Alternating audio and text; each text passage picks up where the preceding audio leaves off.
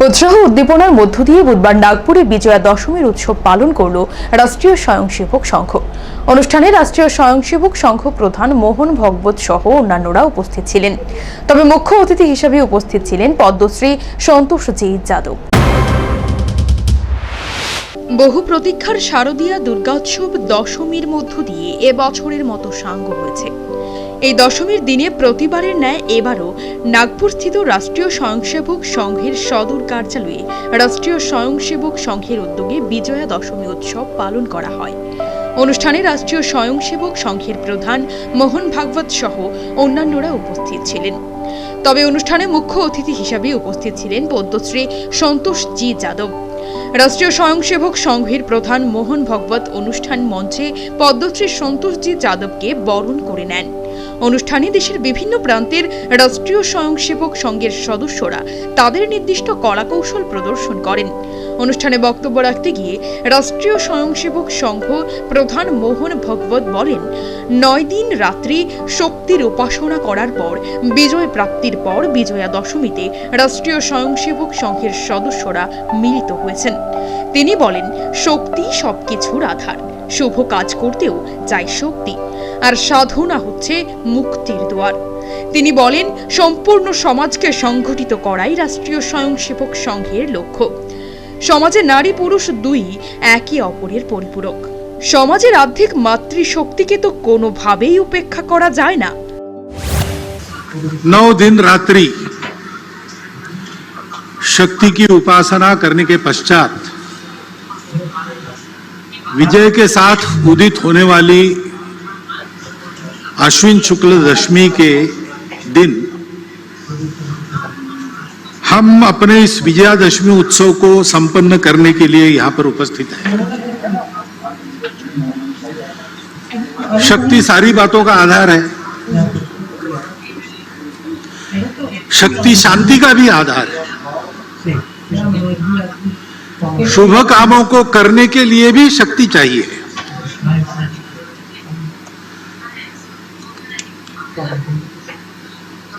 जो न दुख को दुख मन में मानता, धूल सुख की खोज की ना छानता, मोह आकर्षण भरे इस विश्व में राह अपने ध्येय की पहचानता, दूसरों के दुख को दूर करना, उसके लिए विष भी पीना जिसको स्वीकार है, ऐसे व्यक्ति को भी साधना के द्वारा शक्ति का अर्जन करना पड़ता है, क्योंकि साधना ही मुक्ति का शुभ द्वार है। शक्ति भी तो शांति का ही आधार है। ऐसे शक्ति उपासना का यह उत्सव है, विजय का यह उत्सव है, और संयोग है कि उसमें प्रमुख अतिथि के नाते उपस्थित श्रीमती संतोष यादव जी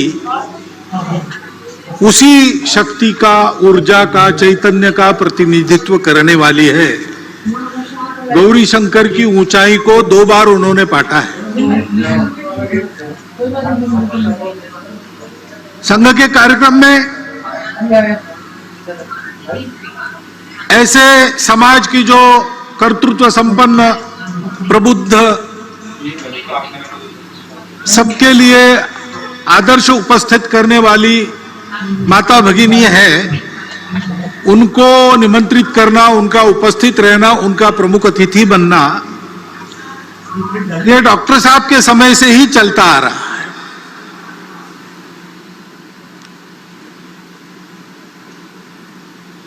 श्रीमती अनुसुयाबाई काले हमारे कार्यक्रम में आ चुकी है। उस समय भारतीय महिला परिषद, इंडियन वुमेन्स कॉन्फ्रेंस की उस समय की अध्यक्षा राजकुमारी अमृत कौर भी यहां के शिविर में आ चुकी है। दिसंबर 34 में शिविर हुआ था, उसमें भी अध्यक्षता ऐसी एक महिला ने की थी, और तब से चलता आ रहा है। इमरजेंसी के बाद अकोला शहर के भी एक उत्सव की अध्यक्षा, मैं वहां प्रचारक था उस समय, तो कुमुत्ताई रांगणेकर जी, औरंगाबाद की रहने वाली, उन्होंने विजयादशमी उत्सव का प्रमुख अतिथि पद घोषित किया था। क्योंकि संपूर्ण समाज को संगठित करना है तो समाज तो दोनों से बनता है। हमारे यहां यह दृष्टि है, पुरुष श्रेष्ठ की महिला श्रेष्ठ, ऐसा वाद हम नहीं करते, क्योंकि हम ये जानते हैं कि दोनों के बिना समाज नहीं बनता, दोनों के बिना सृष्टि नहीं होती, ये दोनों परस्पर पूरक है। ये हमारी भारतीय दृष्टि है, दोनों का काम है और दोनों का काम परस्पर पूरक है। इसलिए व्यक्ति निर्माण का काम करने वाली शाखाएं तो संघ की अलग, राष्ट्र सेविका समिति की अलग, महिलाओं के लिए उनकी चलती है, पुरुषों के लिए हमारी चलती है।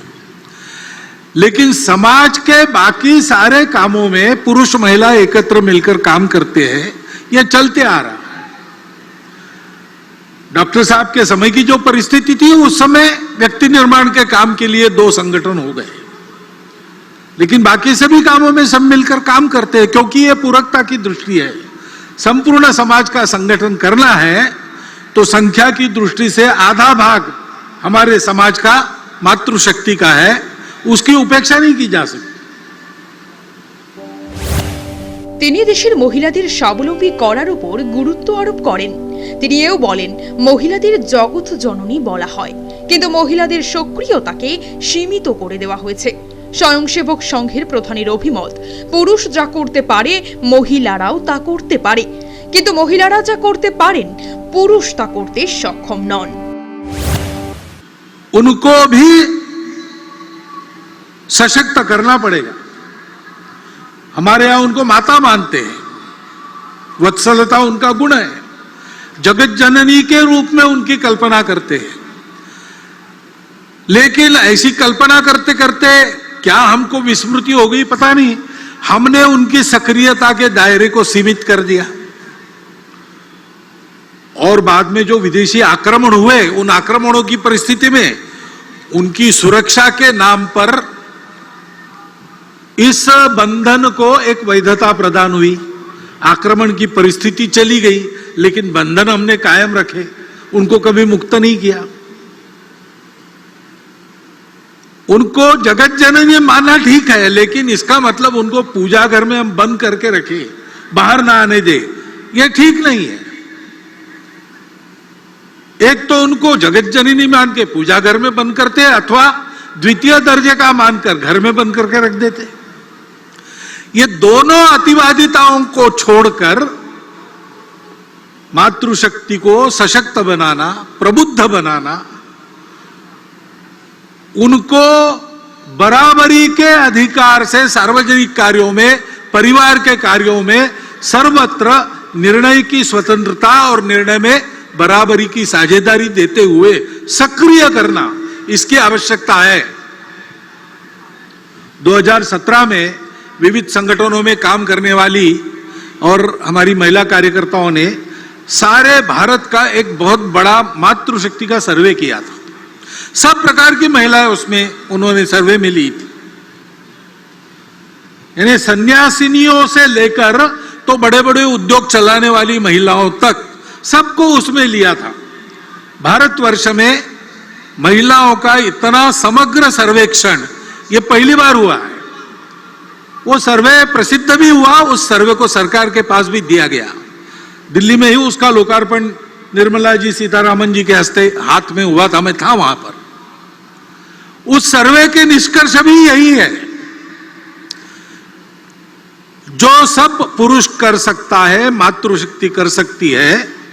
मातृशक्ति जो सब कर सकती है वो सब काम पुरुष नहीं कर सकती, इतनी उनकी शक्ति है।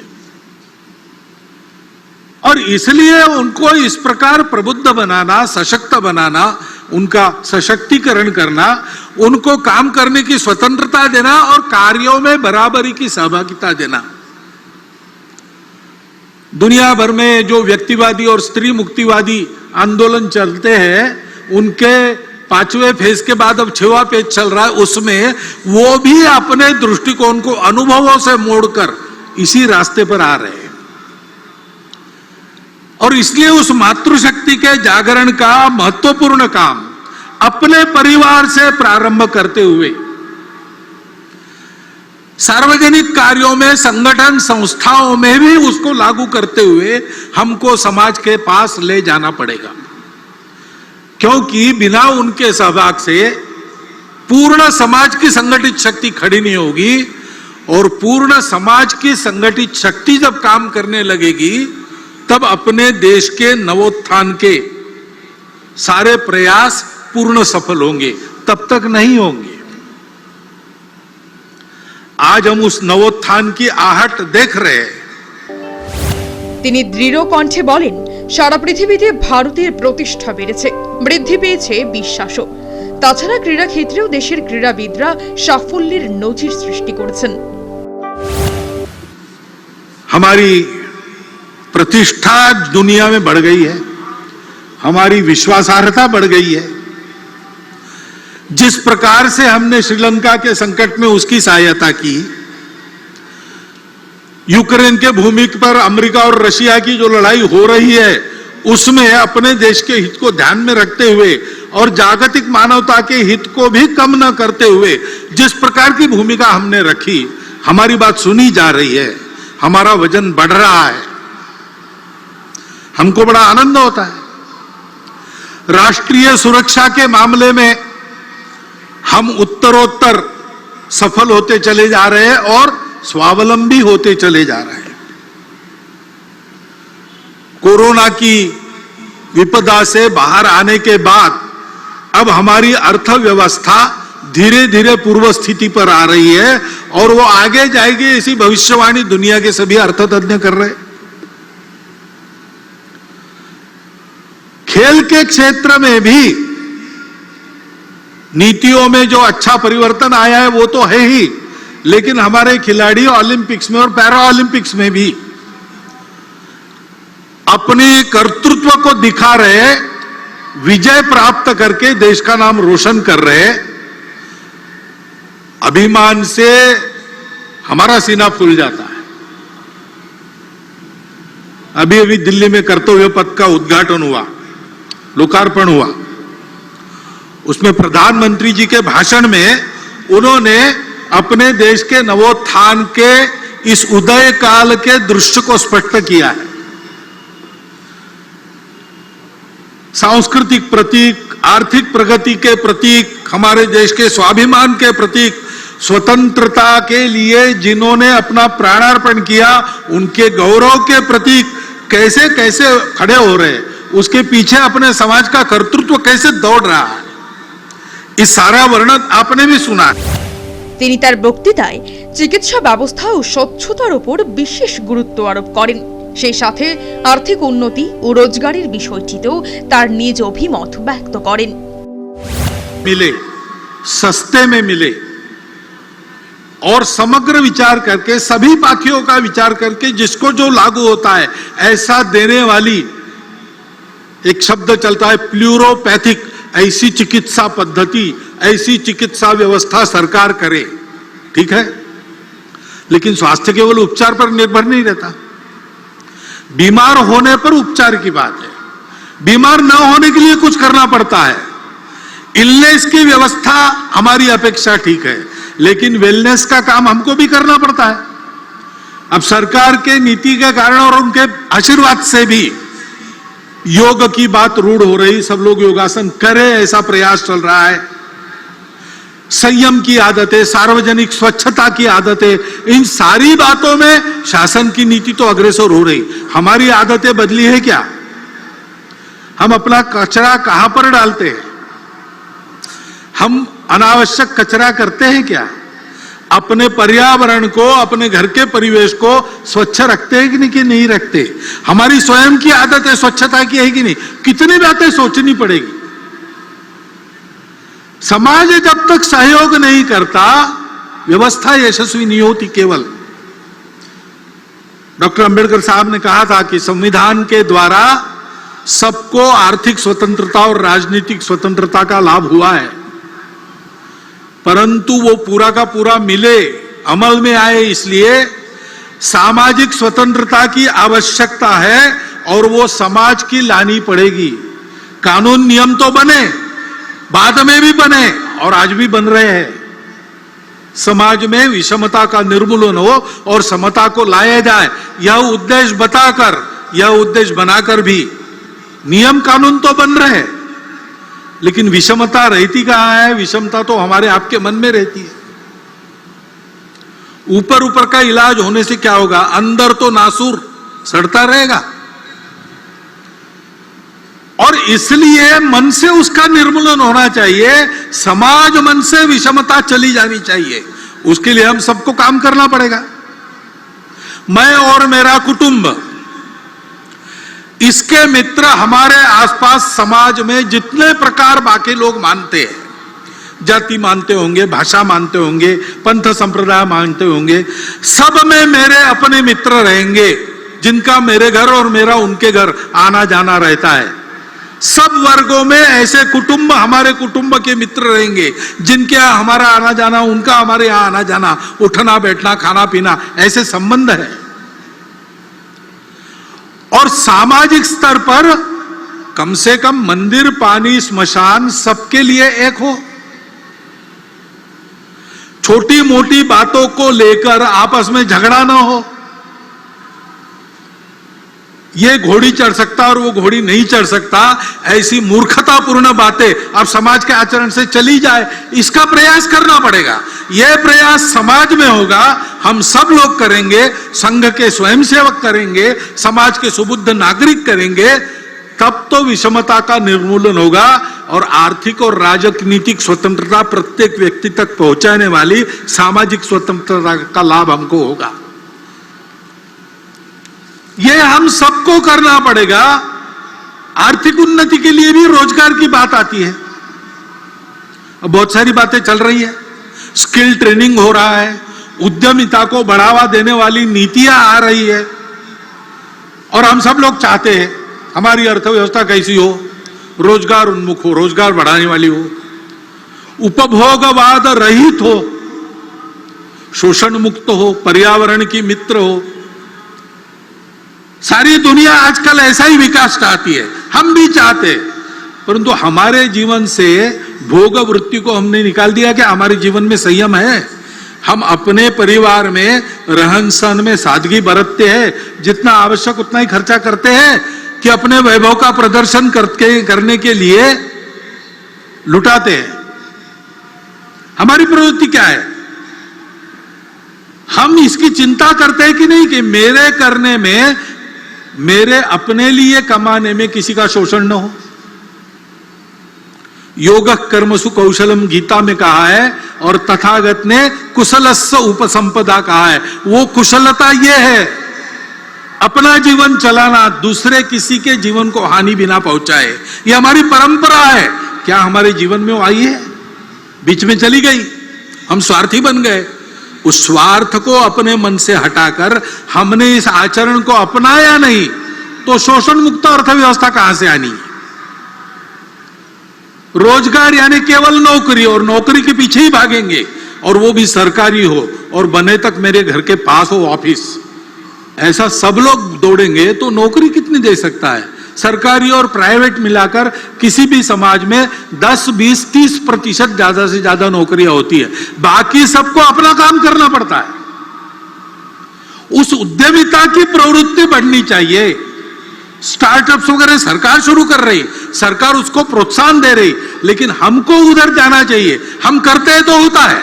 कोरोना में हमने देखा, कोरोना में और बड़ी संख्या में 3 करोड़ से ऊपर लोगों का इधर से उधर जाना हुआ, रोजगार छूट गए, नए रोजगार नहीं बने। ऐसे लोग তিনি আত্মনির্ভর ভারতের ওপর গুরুত্ব আরোপ করেন।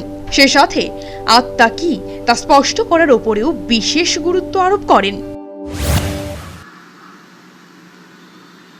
इस नवोत्थान की आहट को सुनकर हम भी प्रसन्न होते हैं, और हम भी कदम से कदम मिलाकर आगे बढ़ने की इच्छा करते हैं। लेकिन इस दिशा में आगे बढ़ना है तो आत्मनिर्भर, ऐसा शब्द उपयोग करते हैं हम। आत्मनिर्भर भारत की आहट हो रही है, लेकिन हमारी आत्मा क्या है, उसकी स्पष्ट जानकारी चाहिए। गोलमोल नहीं चलेगा, क्योंकि आत्मनिर्भरता के पथ का प्रकाश वो आत्मा ही देती है। तो हम क्या है, हमारी आत्मा क्या है, इसकी जानकारी स्पष्ट और शासन, प्रशासन, समाज, नेतृत्व, कार्यकर्ता, इन सब में समान प्रकार की होनी चाहिए। ऐसा होने से हमारा पथ स्पष्ट होता है, क्योंकि ये प्रगति का पथ सीधा तो नहीं होता है, कोई भी पथ सीधा नहीं होता है, क्योंकि उसको परिस्थिति से जाना पड़ता है और परिस्थिति जैसी है वैसा ही जाना पड़ता है। यहां से मैं निकलूंगा उत्तर दिशा में जाने के लिए, डॉक्टर हेडगेवार भवन कार्यक्रम के बाद मुझे जाना है, लेकिन मुझे जाना पड़ेगा पहले दक्षिण में, बाद में मैं पश्चिम की ओर मुड़ूंगा और फिर उत्तर की ओर जाऊंगा, क्योंकि रास्ता वैसा है। तो ये लचीलापन तो रखना पड़ता है। मुझे उत्तर में जाना है, बीच में पहाड़ हो, खाई हो, कुछ भी हो, मैं दिशा नहीं बदलूंगा। ऐसा करेंगे तो संकट में पड़ जाएंगे, कदाचित पहुंच नहीं सकेंगे। तो रास्ता निकालने वालों को लचीलापन धारण करना पड़ता है, लेकिन लचीलेपन की मर्यादा भी ध्यान में तब आती है जब अपने स्व की, अपने आत्मा की ये जानकारी, ये कल्पना अपनी स्पष्ट हो और सबकी समान हो, क्योंकि सबकी समान कल्पना ऐसी होने के बाद एक विश्वास रहता है। उस विश्वास के कारण आपसी समझदारी बनती है, लचीलेपन के कारण अविश्वास नहीं आता है। तो परस्पर समझदारी, विश्वास का भी वातावरण बनता है, और जिनको लचीला होना पड़ता है उनको कितना लचीला होना है और कितना नहीं होना है, पैर कहां पक्के जमाने हैं और शाखा पल्लव कैसे कैसे हवा में मोड़ने हैं, इसकी समझदारी प्राप्त होती है। तो उसके कारण संपूर्ण समाज में एक सहचित्तता का वातावरण बनता है और उस सहचित्तता के कारण प्रगति होती है। प्रत्येक व्यक्ति के और सामूहिक रूप से हमारे समाज के राष्ट्रीय चरित्र का ये महत्व का घटक है, सहचित्तता। इसलिए हमारे संगठन मंत्र में उसको स्थान है। समानो मंत्र समिति समानी, समानम मनः सहचित्तमेषाम, समानम मंत्र अभिमंत्रमेवा। सब समान कहा है, चित्त अलग अलग हो सकता है, इसलिए वहां साथ मिलकर चलने का निश्चय यानी सहचित्तता, इसको बताया है। उस सहचित्तता के वातावरण में सबको साथ लेकर हमको चल। তিনি এদিন তার বক্তৃতায় সনাতন ধর্ম কি, সনাতন সংস্কৃতি কি এর উপর বিশেষ গুরুত্ব আরোপ করে বক্তব্য রাখেন। जो सनातन शाश्वत संस्कृति के मूल्य है, उनको छोड़ने से काम नहीं चलता। उसी बुनियाद पर नया युगानुकूल, देशानुकूल प्रतिमानक कौन सा होगा, ऐसा विचार करके चलना पड़ता है। तो नित्य नूतन होना पड़ता है, लेकिन चिर पुरातन भी रहना पड़ता है। सनातन और नित्य नूतन ये साथ चलते हैं।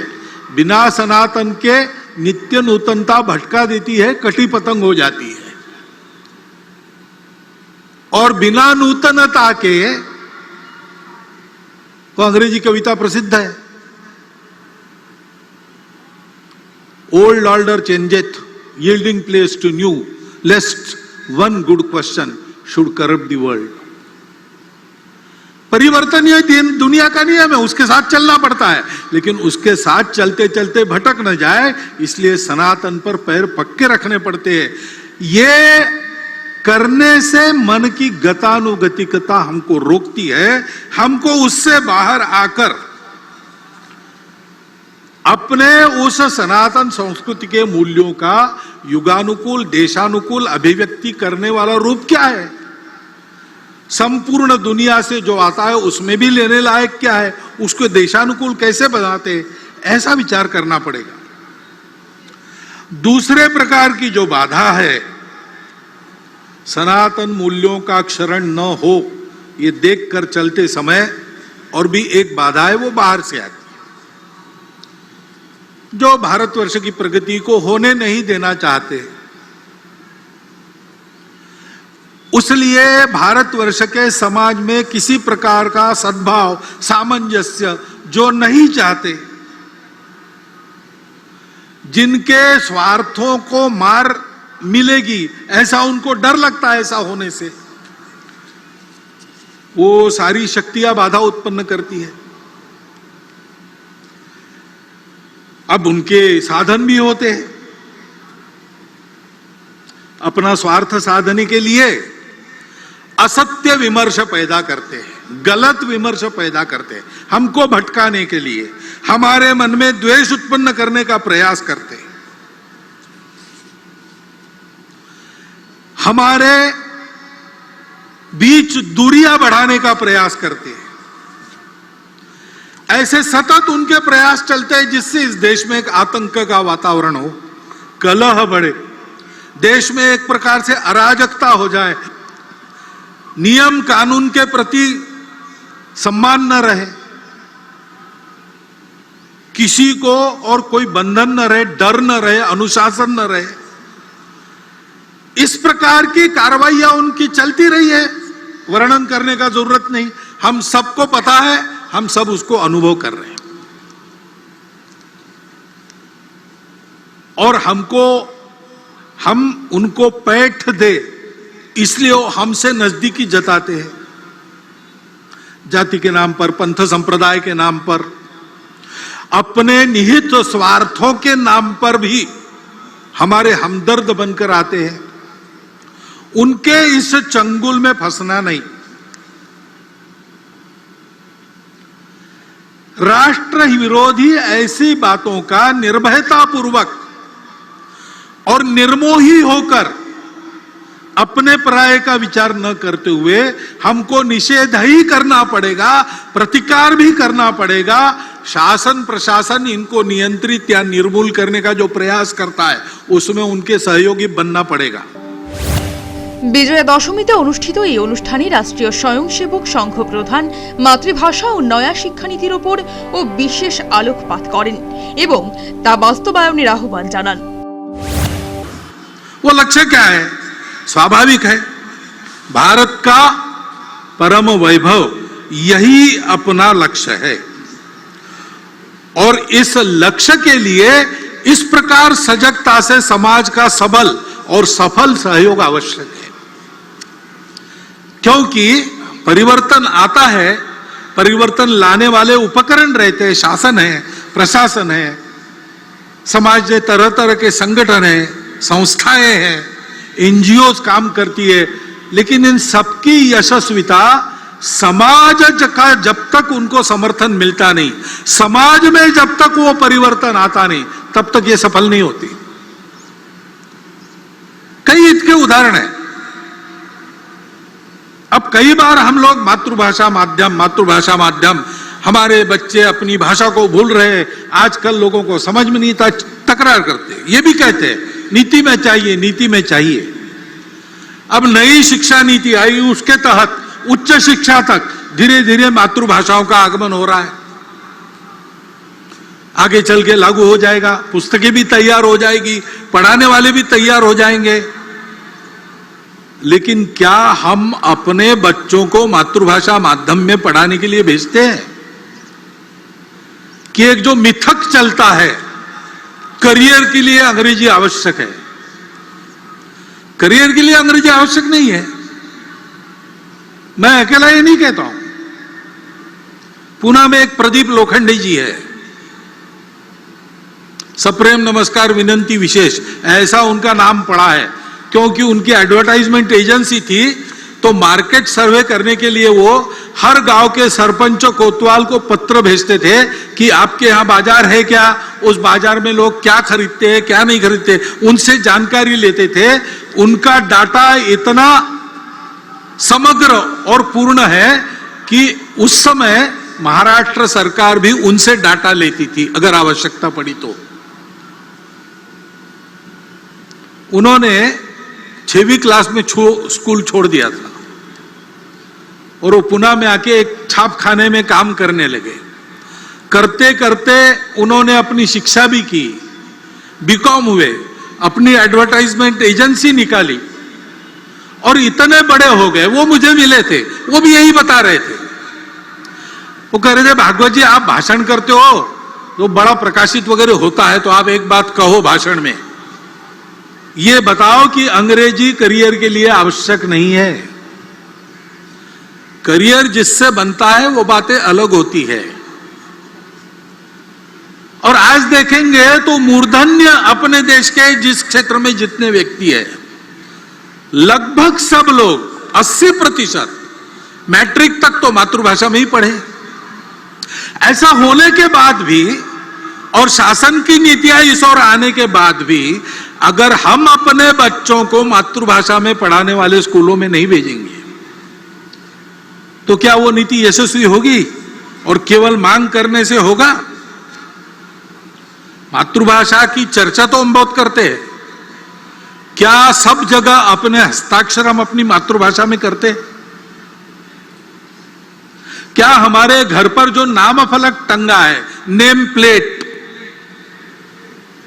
उस पर हमने अपना नाम, अपने कुल का नाम मातृभाषा में लिखा है?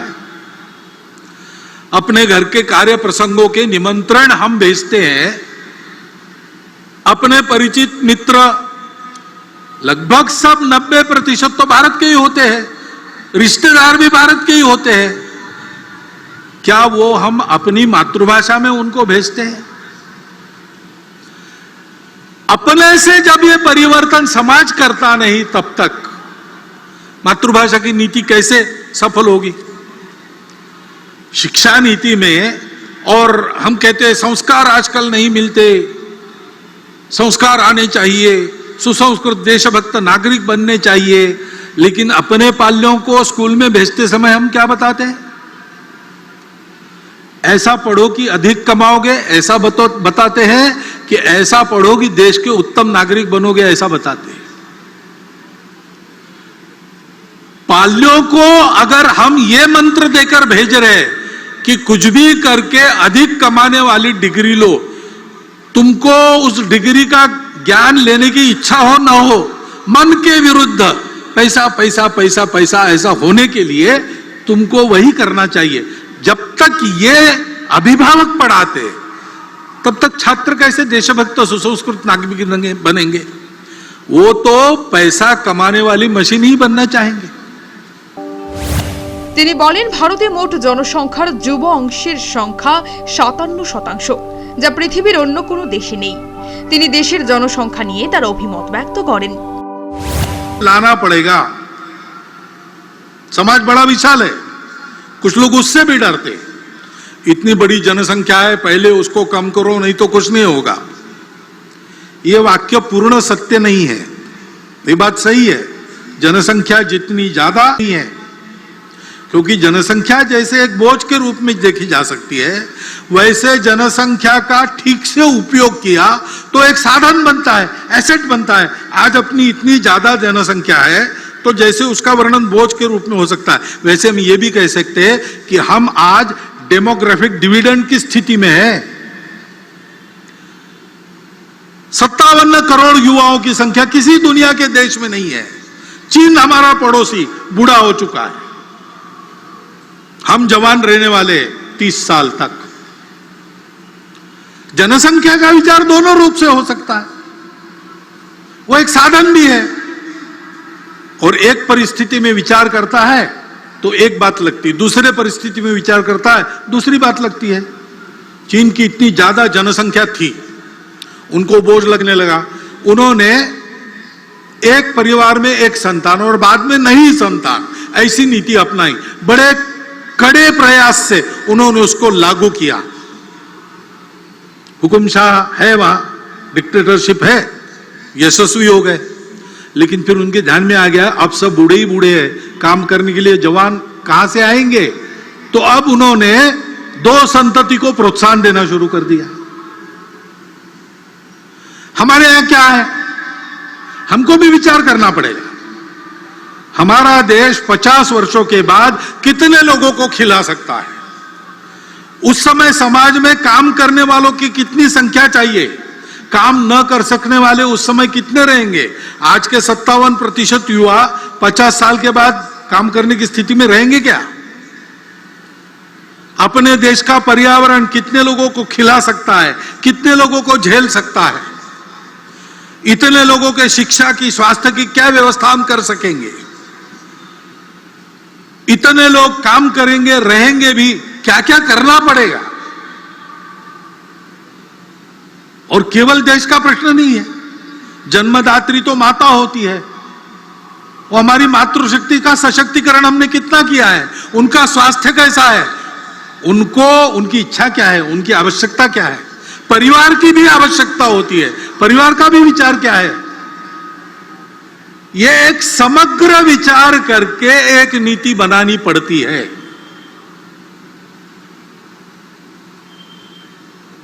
हमने ऐसी नीति बनाई, कुछ वर्षों पूर्व भारत सरकार ने बनाई,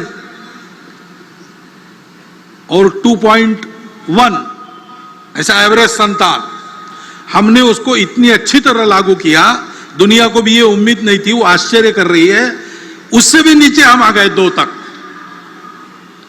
लेकिन बहुत नीचे आना भी गड़बड़ होता है, क्योंकि घर के बच्चों को सामाजिक व्यवहार का प्रशिक्षण परिवार में मिलता है। परिवार में संख्या चाहिए, अपने बराबरी के भी 2-3 लोग चाहिए, ऊपर के भी चाहिए, नीचे के भी चाहिए। तो सबसे बात कैसे करना, सामाजिक संस्कार कैसे होता है, अपने अहंकार को कैसे संयमित करना पड़ता है, ईगो मैनेजमेंट कैसी करनी पड़ती है, ये सारी बातें सीखनी पड़ती है। उसके लिए परिवार की संख्या भी चाहिए, और जनसंख्या बहुत कम हो गई तो फिर बढ़ना बंद होता है, तो समाज के समाज लुप्त हो जाते हैं, भाषाएं लुप्त हो जाती है। कितनी भाषाएं दुनिया की, बोलने वाले नहीं रहे, भाषाएं समाप्त हो गई। और इसलिए ऐसा समग्र विचार करना चाहिए। और ये भी हम देखते हैं कि जनसंख्या में प्रमाण का भी संतुलन चाहिए। हम भुगते हैं, जनसंख्या का असंतुलन हुआ तो 50 साल पहले उसके गंभीर परिणामों को हमने भुगता। और केवल हमारा ऐसा हुआ ऐसा नहीं, आज की तारीख में पूर्व तिमोर नाम का एक नया देश बना, दक्षिण सुदान नाम का नया देश बना, कोसोवो बना। जनसंख्या में पंथ संप्रदाय के प्रमाण में अंतर आने से नए देश बन गए, देश टूट गए। यह असंतुलन, जन्मदर एक भाग है उसका, लेकिन जोर जबरदस्ती या छल कपट से, लालच से मतांतरण, यह सबसे बड़ा फैक्टर है। और जहां सीमा पार से घुसपैठ होती है, वहां घुसपैठ से भी यह होता है। उस संतुलन का भी ध्यान रखना देश हित की दृष्टि से अनिवार्य बात है। और इसलिए जनसंख्या की एक समग्र नीति बने, वो सब पर समान रूप से लागू हो, एक बार बनने के बाद किसी को छूट न मिले और समाज इसको स्वीकार कर ले, इसलिए उसके लिए मन बनाकर उसको लाया जाए। इसकी তিনি ধর্মের পথে চলতে আহ্বান জানান। সেই সাথে সত্য, করুণা, সুচিতা, তপস্যার উপর বিশেষ গুরুত্ব আরোপ করেন। একই সাথে অন্যায়, অত্যাচার, আতঙ্কের বিরুদ্ধে সবাইকে এগিয়ে আসার আহ্বান জানান। हमने कहा कि धर्म से चलो। क्या धर्म है? सत्य, करुणा, शुचिता, तपस, बस 4 बातें। बाकी किसकी पूजा करना, किधर पैर करके सोना, कौन सा कपड़ा पहनना, कब क्या खाना पीना, आचार धर्म है। देश काल परिस्थिति के अनुसार बदलता है। जो चलता है वो रखो, जो बदलना है वो बदलो। परंतु जो भी करोगे, जिस किसी नाम रूप से करोगे, वो सत्य होना चाहिए, सत्य से मेल खाने वाला होना चाहिए। उसमें सबके प्रति करुणा चाहिए, संवेदना चाहिए, अंतर्बाह्य शुचित्व धारण करके तुम ये विचार करोगे तो ये करुणा संभव है, ये सत्य संभव है, और उसके लिए तुमको तपश्चर्या करनी पड़ेगी। ये चार जिसमें नहीं है, इस चार में से एक का भी अधिक्षेप या तिरस्कार जिस बात में होता है वो अधर्म है, चाहे वो चलता आया हो। इसलिए अस्पृश्यता अधर्म है, जात पात की विषमता भेद अधर्म है। कहीं भी लिखा हो इसमें सत्य हम सब एक है, इसका अधिक्षेप होता है। इसमें परस्पर संवेदना करुणा का अधिक्षेप होता है। इसमें तन मन की शुचिता का अधिक्षेप होता है, और इसमें तपस की प्रतिष्ठा कम हो जाती है। अन्याय, असत्य, अत्याचार, आतंक के खिलाफ ऐसे ही खड़ा होना चाहिए, ये अपवाद न रहे। सभी समाजों के सज्जनों को ऐसा मुखर होना चाहिए। हिंदू समाज में यह मुखरता है, ऐसी घटनाएं घटती है तो कोई हिंदू भी आरोपित है उसका भी निषेध करते, उसके खिलाफ बोलते हैं। कभी कभी गलतफहमी में हमको भी गाली खानी पड़ी है, हमको भी उत्तर देने पड़े। आज हम समाज के विश्वास पात्र है, समाज हमको चाहता है, लेकिन हम ऐसा कुछ करें तो हमारी टांग और कान पकड़ के खींचेगा समाज। हिंदू समाज ऐसा है, सबको ऐसा बनना चाहिए। जो गलत है, कितना भी प्रोवोकेशन हो, कितना भी उकसावा हो, कानून के मर्यादा में रहना चाहिए, संविधान की मर्यादा में रहना चाहिए। अपना आचरण उसके बाहर नहीं जाना चाहिए। वो हम सब ने मिलकर अपने ऊपर लाद लिया अनुशासन है, उसका पालन करना ही चाहिए। नहीं करते तो गलत आचरण है, उसके खिलाफ मुखर होना चाहिए। ये मुखरता समाज का स्वभाव बनना चाहिए। इसके नियंत्रण में सक्रियता और सहयोग समाज का स्वभाव बनना चाहिए। इसकी आवश्यकता है। कानून संविधान की मर्यादा सबको पालन करनी चाहिए, और उसके अंदर विरोध जताते समय भी अपने बोलने से समाज जुड़ जाए, टूटे नहीं।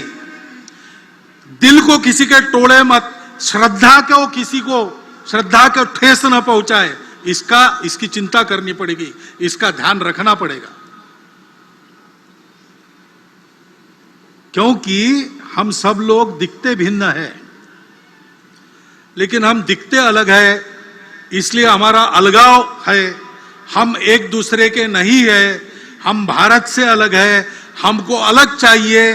ये गलत विचार है। इस गलत विचार का दुख भरा परिणाम हमने देखा है। ऐसा गलत विचार करने के कारण भाई टूटे, धरती खोई, मिटे धर्म संस्थान, ये प्रसंग हुआ। हमको फिर से उस रास्ते से नहीं जाना है।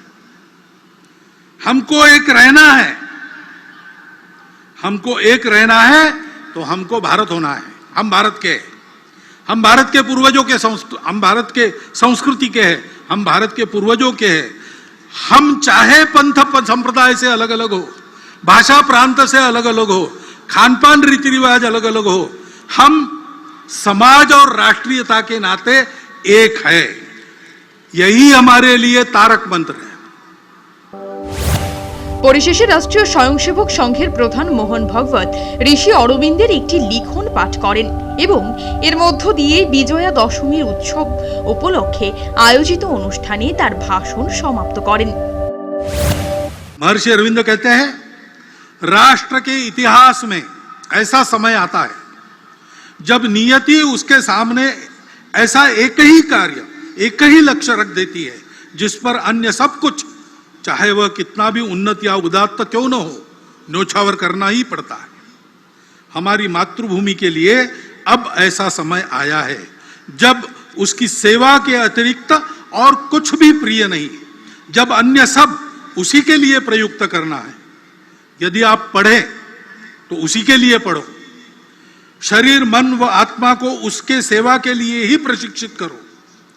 अपनी जीविका इसलिए प्राप्त करो कि उसके लिए जीना है। सागर पार विदेशों में इसलिए जाओगे कि वहां से ज्ञान ले आकर उससे उसकी सेवा कर सके।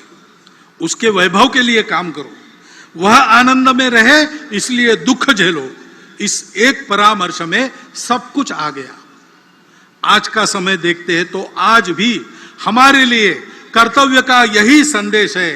गांव-गांव में सज्जन शक्ति, रोम रोम में भारत भक्ति, यही विजय का महामंत्र है। दसों दिशा से करे प्रयाण, जय जय मेरे देश महान। इस कर्तव्य पथ पर हम सब स्वयं सेवक आगे बढ़े, समाज भी हमारे साथ आगे आए, स्वतंत्र रूप से भी हमारे साथ चल सकता है। हम सब लोग साथ मिलकर चले और परम वैभवी भारत को विश्व गुरु बनाए। इस आह्वान के साथ मैं अपने 4 शब्द समाप्त करता हूं। Bureau report, news Vanguard.